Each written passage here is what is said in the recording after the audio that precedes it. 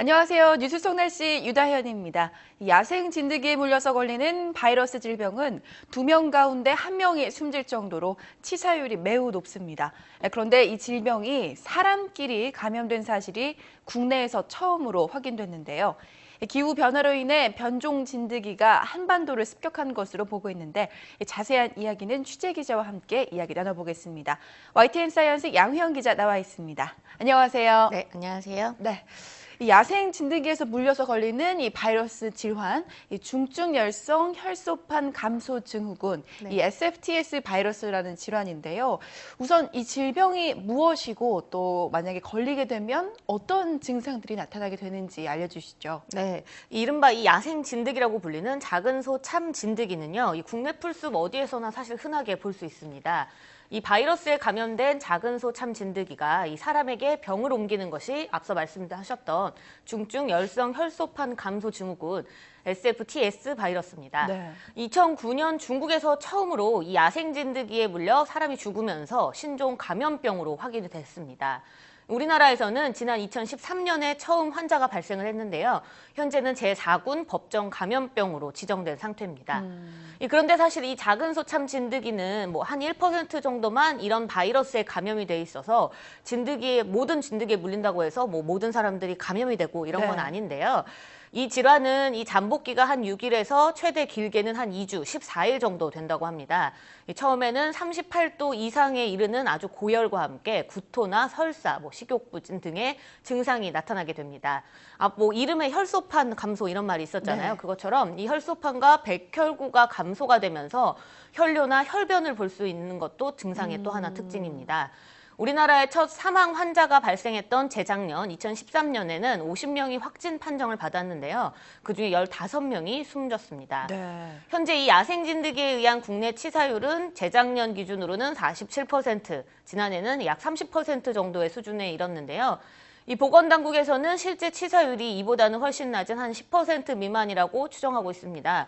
값차이가 굉장히 많이 나는데 네. 이 진드기, 야생 진드기에 물렸지만 가볍게 앓고 그냥 약간 감기 정도로만 가볍게 앓고요. 감염 여부가 확인되지 않고 지나가는 환자들이 더 많은 것으로 이 추산을 하고 있어서 네. 실제 치사율에 대한 어떤 퍼센테이지는 분명히 떨어질 거다 이렇게 파악을 하고 있는 건데요.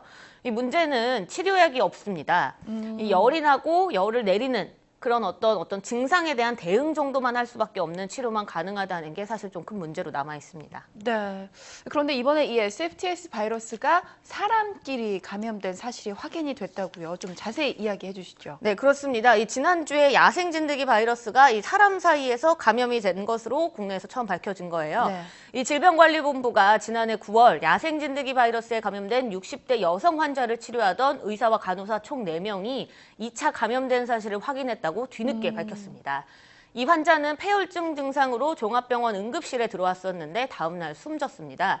치료 당시에 진드기에 물리는 다른 병이죠. 쯔쯔가무시병을 의심을 했었는데요. 네. 숨진 뒤에서야 이 야생 진드기 바이러스였다라는 게 확인이 된 겁니다. 이 60대 환자로부터 감염된 의료진은 최대 한 10일 정도 가볍게 앓다가 나았기 때문에 다행히 현재는 모두 완치된 상태인데요. 네. 그중에 의사 1명은 발열과 혈소판 감소 등의 어떤 구체적인 증상까지 보여서 일주일 동안 입원 치료를 받은 뒤에 완쾌를 했고요. 나머지 3명의 의료진은 가벼운 감기 증상으로 앓았다고 합니다. 이 또 감염 환자와 접촉했던 그 병원에 있던 다른 20여 명의 의료진은 다행히도 감염이 되지 않은 것으로 확인이 됐는데요. 담당자의 말 직접 들어보시죠. 환자가 목숨이 경각이 이제 위중한 상태에서 심폐소생술을 해야 되는 입장이어서 의료진도 환자의 그 체액이나 혈액에 노출을 피할 수가 없었습니다. 거기에 노출됨으로 해서 감염된 사례로 보이고요. 이렇게 사람끼리의 감염 사례가 국내에서는 처음인데 혹시 해외에서도 이런 사례가 있었는지 알려주세요. 네, 이 국내에서는 사실 뭐 이런 야생 진드기 바이러스의 2차 감염 처음 나타났지만 네. 이 중국에서는 이미 한번 발견이 돼서 이 알려진 사례가 있습니다. 지금까지 중국에서 총 5건이 있었는데요. 그중에 3건은 의료진이 아니라 가족 사이에서 감염된 것으로 나타났습니다. 2차 감염 사례가 전 세계적으로도 이 처음이 아닌 만큼 전문가들은 이제라도 야생 진드기 바이러스의 2차 감염 가능성을 국민들한테 제대로 알려야 한다 이렇게 이야기하고 있습니다. 이 정부에서는 현재 우리나라는 뭐 중국하고 위생 환경 상태가 너무 다르니까 일반적인 어떤 사람 간의 감염 가능성은 거의 없다라고 말하고 있는데요. 네. 이 처음 야생 진드기 바이러스가 발병했던 2013년과 지난해 이 의료기관에 정부가 발표한 참고 자료가 있습니다. 그 자료를 좀 살펴보면요. 환자의 혈액이나 체액 등 이런 것에 직접적인 접촉을 통해서는 이 감염 전파 가능성이 있다. 그러니까 예방 원칙을 준수해라 이렇게 당부하고 있었습니다. 하지만 일반인을 대상으로 한 주의사항을 살펴보면 2차 감염에 대한 언급은 전혀 없고 그저 진드기에 물리지 않는 것이 최선이다라고만 나와 있는데요. 네. 뭐 이 때문에 2013년 당시에 정부가 위험을 너무 충분히 알리지 않았다. 당시 언론에서 뭐 살인 진드기다라는 말이 너무 확대 재생산되는 걸 막기 네. 위해서 좀 급급 빠르게 수습만 한 건 아니냐 이런 지적도 있습니다.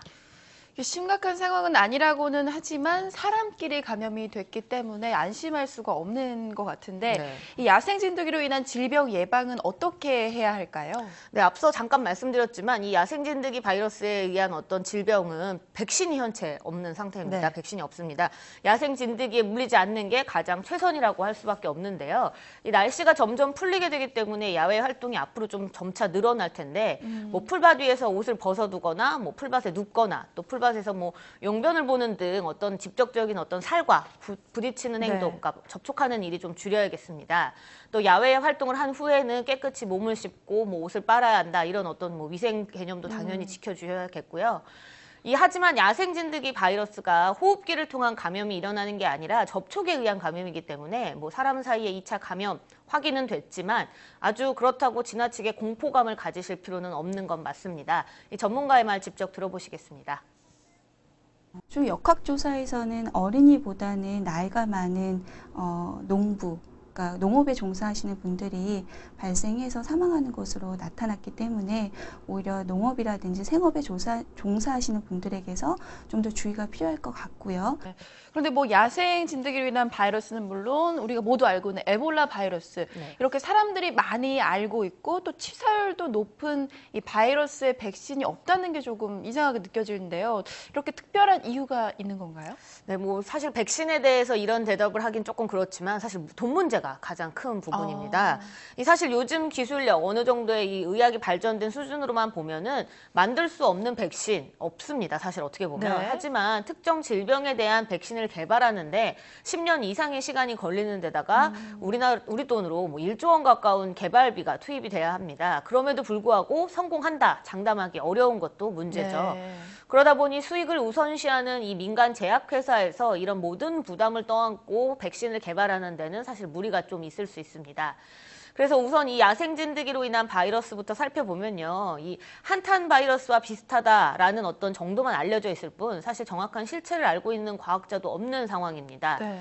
또 이 야생 진드기 바이러스는 2009년에 중국에서 처음 발견된 신종인데다가 또 아직까지는 우리나라를 비롯해 이 중국과 일본 등 아시아권에서만 이 환자들이 발생하고 있기 때문에 관련 연구가 아직 시작도 못한 상황이죠.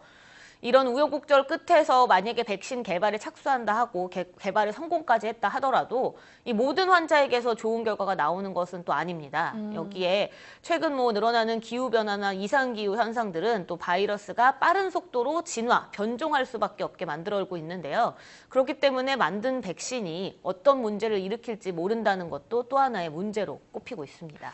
네, 앞으로는 이 바이러스의 진화까지 예측을 해서 백신을 개발해야 할 수도 있을 것 같은데 결국 이 모든 개발 부담을 또 제약회사에게만 떠넘길 수는 없을 것 같습니다. 네, 한 기자 오늘도 수고하셨습니다. 야생 진드기에 물려서 바이러스에 감염된 환자 대부분이 50대 이상이고 특히 농촌에서 생활하는 고령자 중심으로 집중 발생했습니다. 하지만 야생 진드기 중 바이러스에 감염된 건 1%도 안 되기 때문에 과도한 우려는 하지 않으셔도 되는데요. 이제 점차 봄이 되면서 바깥 활동 많이 하실 텐데 진드기에 물리지 않도록 주의하시고 청결한 상태를 유지하는 개인 위생에서부터 신경 쓰셔야겠습니다. 오늘 뉴스 속 날씨는 여기까지입니다. 시청해주신 여러분 고맙습니다.